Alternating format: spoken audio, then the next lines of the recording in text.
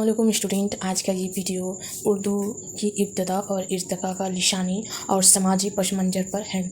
इसका subject code BUDC 133 पे general है। इससे पहले मैं काफ़ी वीडियो इसकी अपलोड कर चुकी हूँ।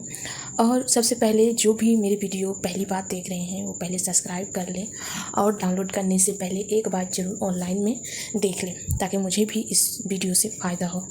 तो चलिए सबसे पहले उर्दू ज़बान की इब्तदा और इर्तिका का लिशानी और समाजी पस मंज़र। इससे पहले उर्दू ज़बान का इर्तिका और आगाज़ का वीडियो है, उसके बाद जनूबी हिंद में और उसके बाद मगरिबी, उसके बाद खड़ी उर्दू और खड़ी बोली है ना। लेकिन आज का है लिशानी और समाजी पस मंज़र। तो सबसे पहले उर्दू वसी अल मशराबी और कशादा दिली की अमल खालिश हिंदुस्तानी ज़बान है। वो इसी सरज़मीन पर पैदा हुए और परवान चढ़ी। उसका शुमार हम जदीद हिंदुस्तानी ज़बानों में होता है। ये बर्रशागिर में बोली जाने वाली ऐसी मकबूल और शेरी ज़बान है जो ना सिर्फ हिंदुस्तान बल्कि मुख्तलिफ़ मुल्कों में बोली और समझी जाती है। ये किसी ख़ास फ़र्क़े मज़हब या सूबे की ज़बान नहीं है। इसके बोलने वालों में हिंदू, मुस्लिम, सिख, ईसाई, जैन सभी मज़हब के लोग शामिल हैं। यही वजह है कि उर्दू ज़बान हमारे मथाला कल्चर और गंगा जमनी तहज़ीब व सक़ाफ़त की ऐसी अलामत बन चुकी है कि उसे स्कॉलर ज़बान के नाम से मौसूम किया जाता है। स्कॉलर मिजाज और मजहबी रवादारी उसके ख़मीर में शामिल है। उर्दू की तश्कील व तामीर नेज़ इब्तदा व इर्तिका में मुख्तलिफ़ मुल्की व बैरूनी ज़बानों, इलाक़ाई बोलियों के साथ तमाम मज़हब के अफराद और इलाक़ों के अशख़ास शामिल रहे हैं। उर्दू ज़बान में इस्लाम के अलावा हिंदू, जैन, बौद्ध, ईसाई, सिख, बहाई अकायद और दीगर मुख्तलिफ़ फ़नून की किताबें बड़ी तादाद में मौजूद हैं। अमीर खुसरो की हिंदवी कलाम से लेकर आज तक के सभी उर्दू कलमकारों के यहाँ मथाला कल्चर, स्कॉलर, इक़्तिदार, मजहबी रवादारी और गंगा जमनी तहज़ीब व तमद्दुन के शानदार नमूने देखे जा सकते हैं।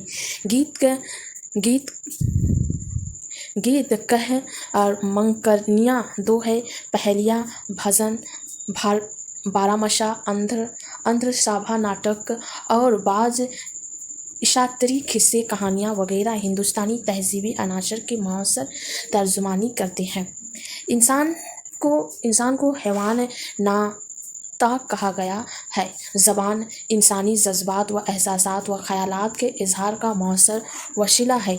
दुनिया के हर समाज में किसी ज़बान का बुनियादी किरदार उस समाज के अफराद में एक दूसरे तक अपनी बात पहुँचाना है।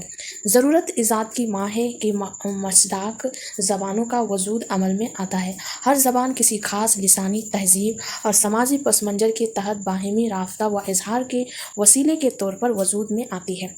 उर्दू एक मखलूत ज़बान है जिसमें अरबी, फ़ारसी, तुर्की, अंग्रेज़ी ज़बानों और बोलियों मसलन दक्खनी ब्रज भाषा, पंजाबी, गुजराती, सिंधी, बंदयली, हरियाणवी, राजस्थानी, मगधी, ओधी और खड़ी बोली वगैरह के लफ्ज़ियात व मुश्तलाहात व तरकीबात शामिल हैं। इंसानों की तरह ज़बानों के भी अपनी ख़ानदान होते हैं। इस लिहाज से दुनिया के तमाम ज़बानों को 8 ख़ानदानों में तकसीम किया गया है। ज़बानों का सबसे बड़ा ख़ानदान हिंद यूरोपी ख़ानदान है।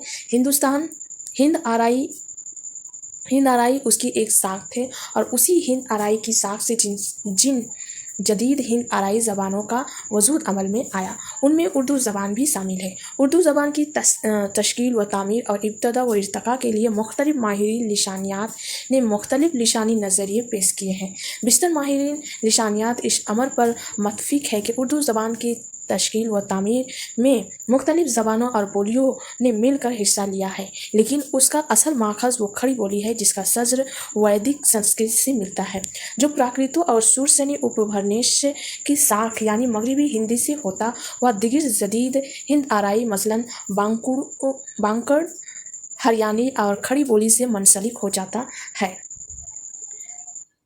हिंदुस्तान की 2 बड़ी ज़बानें यानी उर्दू और हिंदी उसी खड़ी बोली से निकली है। हर ज़बान की बुनियादी इकाई उसकी आवाज़ का वो निज़ाम होता है जिनकी अदायगी हम अपने अज़ाए तक़लीम से करते हैं और लिशानियात की इस्तिलाह में जिन्हें ज़बान का सूती निज़ाम कहा जाता है।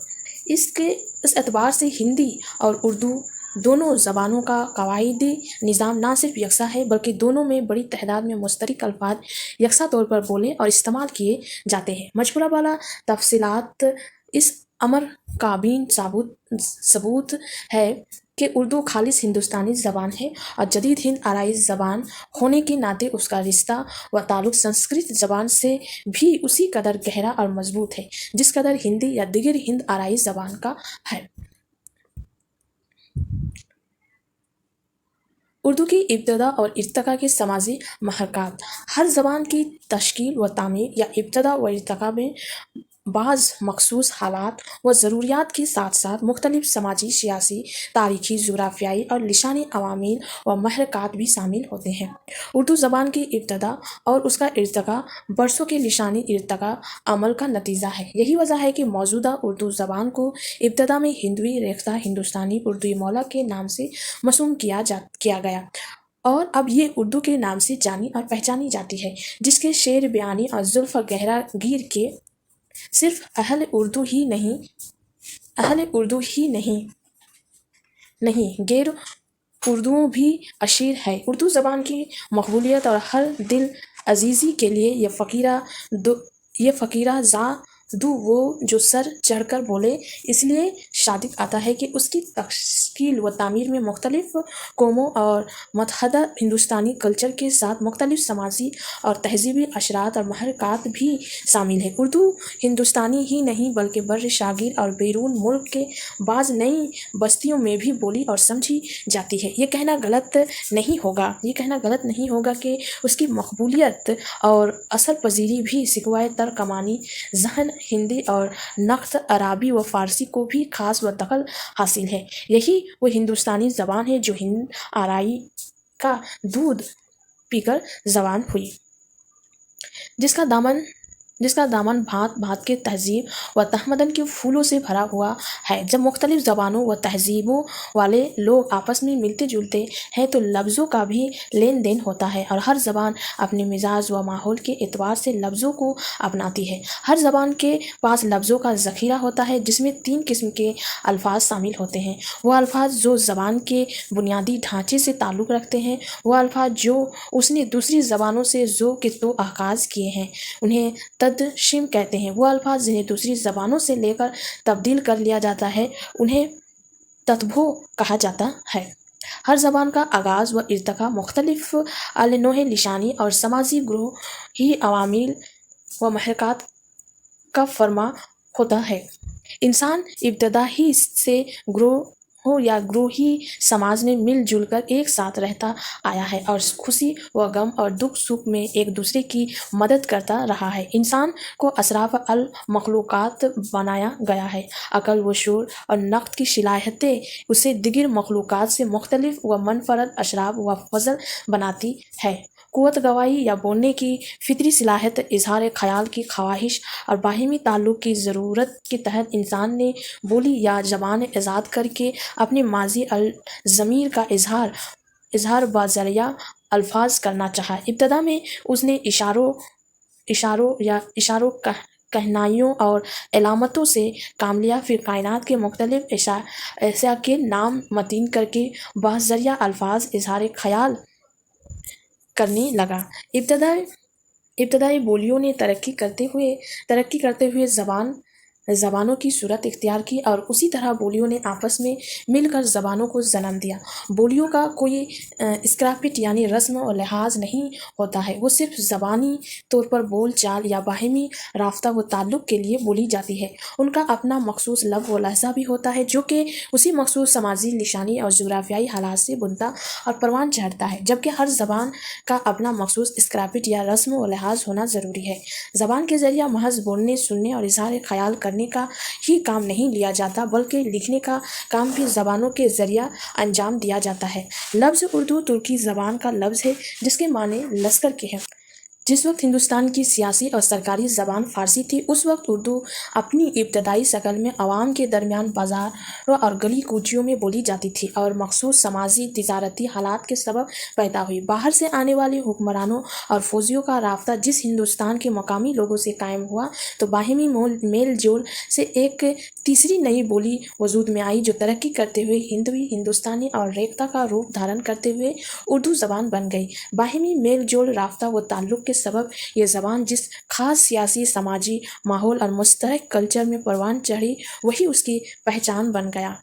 जैसा कि कहा गया है कि किसी भी ज़बान की इब्तदा और तरक्की में मखसूस सियासी, समाजी और जोग्राफियाई हालात कलहदी किरदार अदा करती है। उर्दू ज़बान की इब्तदा और इर्तिका भी सदियों के सियासी व लिसानी हालात व मुख्तलिफ समाजी महरक़ात का नतीजा है। इब्तदा में शुमाली हिंद में उर्दू को अवामी और मुख्तलिफ पेशावर तबकों की ज़बान की हैसियत हासिल हो चुकी थी, लेकिन बाकायदा तौर पर मयारी अदबी ज़बान का वो दर्जा हासिल नहीं हो सका था जो यहाँ फ़ारसी ज़बान को हासिल था।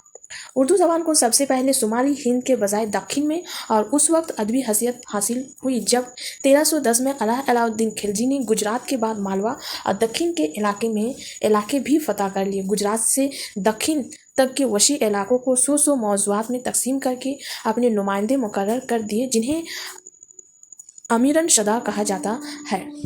यही वो सरकारी नुमाइंदे थे जो अपनी फ़ौज और बाज़ पेशावर अफराद के साथ दक्षिण में आकर बस गए। उसी तरह खलजी के बाद 1327 में सुल्तान मोहम्मद बिन तुगलक ने दक्षिण में वाक़िआ देवगिरी को अपनी राजधानी बनाकर उसका नाम दौलताबाद रख दिया। दिल्ली से दौलताबाद मुंतकिल होने वाले सूफ़ी शोरा, अदबाए उलमा और मुख्तलिफ पेशों से ताल्लुक़ रखने वाले लोग दिल्ली में बोली जाने वाली ज़बान अपने हमराह दक्षिण ले आए। बोलचाल की उस ज़बान और दक्षिण की मुकामी ज़बान के हम आहंग होने पर एक नई ज़बान वजूद में आ गई, जिसे दक्षिणी उर्दू के नाम से मौसूम किया गया। दक्षिण ही दरअसल उर्दू की कदीम शक्ल है। 1347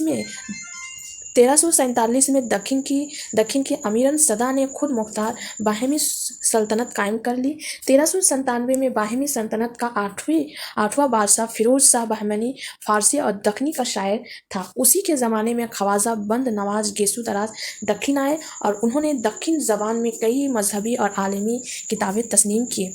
दक्षिण ज़बान या कदीम उर्दू अदब महज बोल चाल की ज़बान नहीं थी, बल्कि बाकायदा तौर पर तहरीरी और अदबी ज़बान बन चुकी थी। फ़खरुद्दीन निज़ामी, शाह मीर जी शम्स अल अशाक और सैयद शाह अशराफ बयानी उस अहद के मारूफ शोरा है। 1490 में बीजापुर में आदिल शाही सल्तनत का क़याम अमल में आया। उसके तीसरे बादशाह इब्राहिम आदिल शाह शानी को फ़नून लतीफ़ा, खुसूसन मशहूरी, मौशूकी और शायरी का खास लगाव था। आदिल शाही दौर में शाह बरहान, अलाउद्दीन ज़ानम, मुल्क खुशनौद रस्तमी, मकामी और नुसरती हशमी, शोकी शाही वगैरह ने कदीम उर्दू ज़बान में इजहार ख्याल करके उर्दू ज़बान को इस्तेकाम व वक़ार अता किया। दक्षिण में कुतुब शाही दौर सल्तनत में दक्षिण उर्दू ज़बान व अदब को खासा फ़रोग़ हासिल हुआ। गोलकुंडा 5वीं हुक्मरान मोहम्मद कुली कुतुब शाह को उर्दू का पहला साहब दीवान शायर तस्लीम किया जाता है। मिलावजी, निशाती, गवाज़ी और उस हद के बुलंद पाया शायर व अदीब थे। वाहिज़ी की सब-ए-रस उर्दू की पहली नसरी अदबी किताब है जो रमीज़िया तर्ज असलेब में लिखी गई है। वली दक्षिण के सबसे मशहूर व मकबूल शायर है। मज़कूरा वाला सभी शोरा व अदबान हिंदुस्तान, खुसूसन सरज़मीन दक्षिण की समाजी और तहज़ीबी हालात और माहौल को अपनी तख्लीक़ात में कामयाबी के साथ जिस तरह पेश किया है, वो उर्दू ज़बान की तरक्की नेज़ हिंदुस्तानी माशरात के इब्तदाई नकोश के अनमोल मिसाल बन गए हैं। यह हकीकत है कि उर्दू ज़बान की ज़ाय पैदाइश शुमाली हिंद के सरज़मीन है, लेकिन अदबी हैसियत उसे पहले दक्षिण में हासिल हुई और वली का दीवान और उनकी दिल्ली आमद के बाद दिल्ली में उर्दू अदब को बाकायदा फ़रोग़ हासिल हुआ। लेकिन ज़बान की हैसियत से उर्दू ज़बान ने यही मजबूती के साथ अपने कदम जमा लिए थे और उसकी तरक्की नेज़ मकबूलियत में तेज़ी के साथ इजाफ़ा हो रहा था।